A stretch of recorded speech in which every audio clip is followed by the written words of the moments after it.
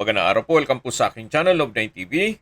Patalasasan po, meron po ba kayong mga properties na napapabayaan or non-performing assets? Plan nyo yung ibenta, pero wala kayong oras sa pagbenta nito.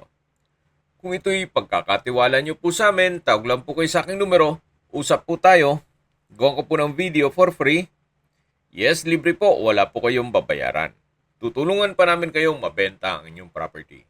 Kami na po bala sa marketing, sa boosting or paid ads. Even sa tripping, hindi na po kayo mapapagod sa pag-entertain ng mga buyers. Kami na po bala sa lahat. Tawag lang po kayo. Nandito po tayo ngayon sa Canyon Woods, dito po sa Courtyard. Ito po isang exclusive community na meron pong 24-hour security at swimming pool dito po sa likod ng property. Meron din pong clubhouse, pero hindi po dito nakapwesto sa courtyard. Doon po sa kabilang face. Kompleto din po gaya ng spa, basketball court, then swimming pool. At dito po sa loob ng Canyon Woods ay meron din pong 4-star hotel at 9-hole na golf course. So ito pong bagong video presentation natin ay isang townhouse na may lot area na 80 square meters at may floor area na 240 square meters more or less. Meron po itong 5 bedrooms, 5 toilet and bath at 2 car garage. So dito po sa courtyard ay mga townhouse po yan. Siguro mga 60% ng mga unit owner dito ay ginawa nilang staycation business o pinasok sa Airbnb, kaya income generating. Kaya possible din po na maging income generating ito once na ma-acquire ninyo, pero this property is selling on as is, where is basis. Kaya please manage your expectation, gawa ng may mga papagawa po dito. So pagpasok po natin, meron pong hagdan, pababa dito, yan po yung powder room. So, check natin. So, for sure, papalitan nyo na yung mga toilet fixtures ito. Pero itong tiles, pwede pa naman. Then, yung hand basin ay wala na rin. So, yan po, isa na yan sa mga ipapagawa ninyo. So, dito naman po ay yung dining area at yung kitchen na wala na po yung countertop. Ito po yung living area.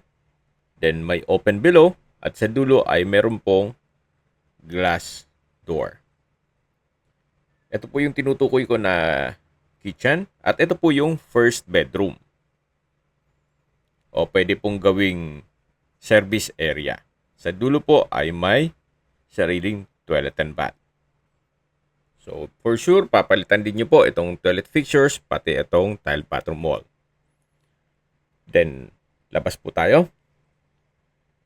Yan po ulit yung kitchen, yung dining, at yung living area. Then, dito naman po yung open lanai. At mula po dito, matatanaw naman yung swimming pool. Ito po yung sa ibang unit na yan, hanggang dito sa kabilang side. Dito po tayo galing kanina yung first part ng video. So, lahat pong unit owner na may mga guest ay pwedeng gumamit ng swimming pool.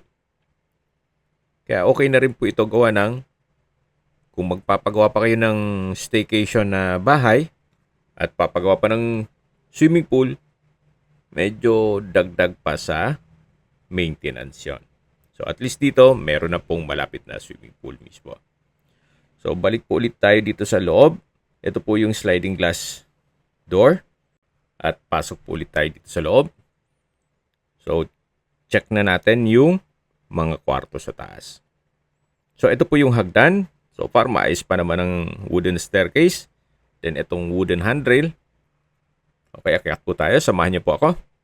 So, nandito na po tayo sa second floor.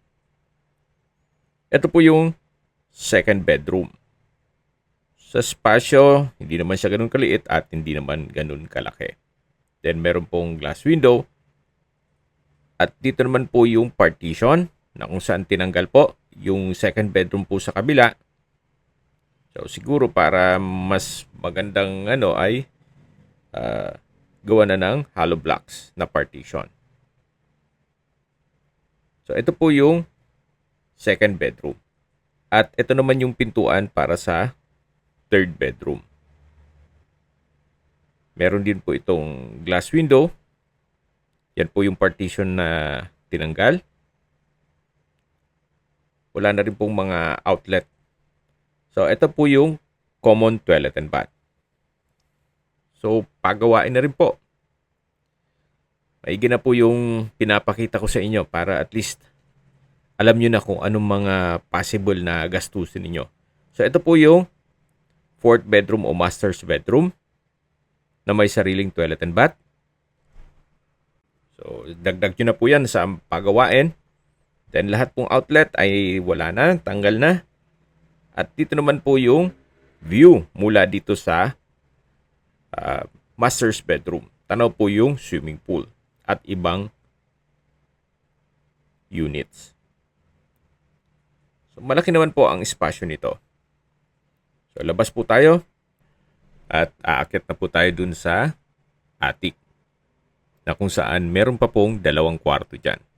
Actually, kung isasama natin yung maid's room o service area, halos 6 po. 6 na kwarto lahat. Akyat po tayo. Ito pong hagdan ay wala naman kayong ipapagawa dito. Maayos naman itong handrail at itong staircase. So, ito po yung first bedroom dito sa attic.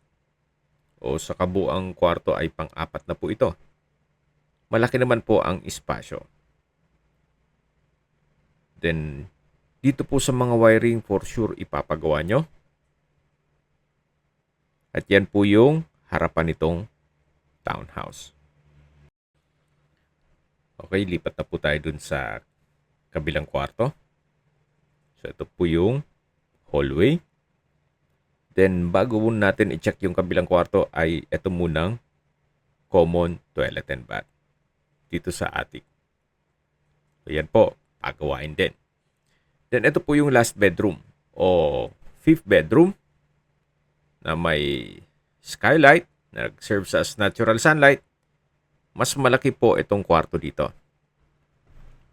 Ang ibang unit po na makikita nyo dito sa courtyard ay provision lang. So, hindi pa po gawa ang attic. At least ito, gawa na po. So, i-retouch nyo na lang ang pintura. At yung mga banyo, ipapagawa nyo.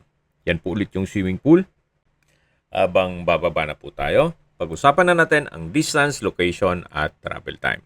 Mula po sa Twin Lakes, ang distance is 6.4 kilometers at ang travel time is 12 minutes. Mula naman po sa Mendez Crossing, ang distance is 12.8 kilometers at ang travel time is 20 minutes.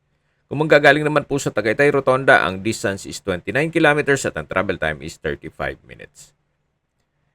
Kumpleto na po doon, gaya ng hotels, restaurants, banks, schools, church, at hospital. Yan po yung lagi kong binabanggit sa aking video na dapat nyo i-consider sa paghanap ng property yung meron pong malapit na hospital. Hindi ko naman po sinasabing sakitin kayo, yan naman po for emergency purpose lang naman. At mula naman po sa Manila o sa airport, ang distance is 76.3 kilometers at ang travel time is 2 hours and 28 minutes. Okay, sa presyo na po tayo. Binebenta po ito ni owner sa halagang 6.8 million pesos. Ulitin ko po, as is, where is po ito. So, may mga ipapagawa. Kaya pinakita ko po sa inyo para alam nyo na yung estado nito. Yung mga gastusin kung marunong po kayo mag-estimate. Pero kung wala naman, meron naman po akong marirekomenda sa inyo na trusted na contractor. Okay, kung may mga katanungan po kayo, tawag lang po kayo sa aking numero. At sa mga kababayan naman natin na sa ibang bansa, meron po akong Telegram. Sa mga iPhone user naman, may iMessage. Meron din pong Imo, Skype, Viber at WhatsApp. Same number lang po, 0917-316-3399. Sa mga nagtatanong naman po ng aming Facebook, meron po kaming Facebook page na Nov9TV at Facebook Reel Video. Meron din pong TikTok at Instagram. May ibang YouTube channel po kami na The Nov9TV Channel, Nov9TV Listings, at Nov9TV On The Spot. Sana po na ibigyan nyo ang video presentation. Paki-like and subscribe na lang po sa aking channel para ma-update din po kayo sa aking future listings. Kung sakali po hanap nyo mas malaking sukat na lupa, meron din po kami ibang listings na pwede nyong pagpilian. Huwag po kayo mag-atubiling tumawag sa amin, then let us know your budget para malaman namin kung anong property pwede namin ilok sa inyo. Sa lahat pong viewers, subscriber at nagtiwala po sa amin, salamat po sa suporta. Ingat po kayo lagi at yung pamilya. Maraming salamat po.